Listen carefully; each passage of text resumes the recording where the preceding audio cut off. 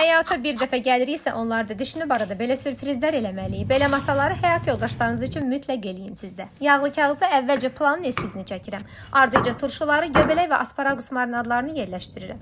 Qara çörəksiz olmaz əlbəttə. Palitra vermək üçün yaşıl soğan, qırmızı turpu da unutmuram.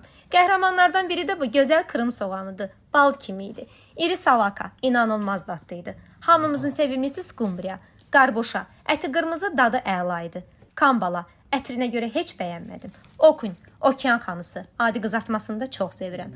Paltus, onun ürəyi getdi bu balığa, mənsə ac qalaram yemərəm. Keçək yağda marina dolmuşlara. Məşhur siyənək və qarboşaları bir qaba yığıram.